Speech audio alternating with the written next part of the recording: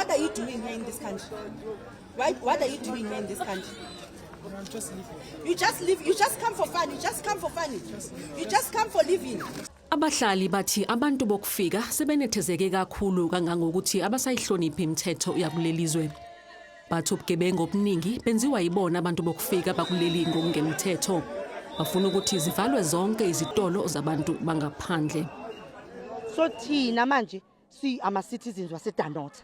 Sithi abahambe angisho thina we pay rates and taxes.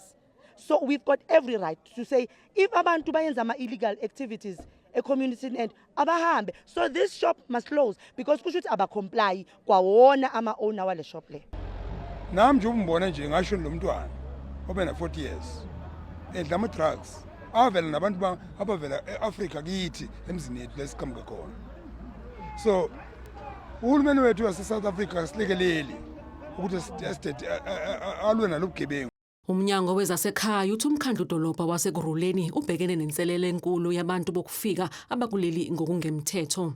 It is a serious problem.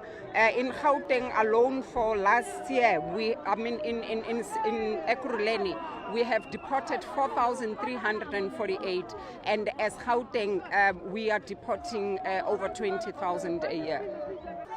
Amaphoyisa aqinisekisa ukuthi kunabantu abayishagalombili ababoshiwe namhlanje ngokuba kuleli ngokungemthetho njengoba kuqhubeka umbhikisho wezakhamuzi.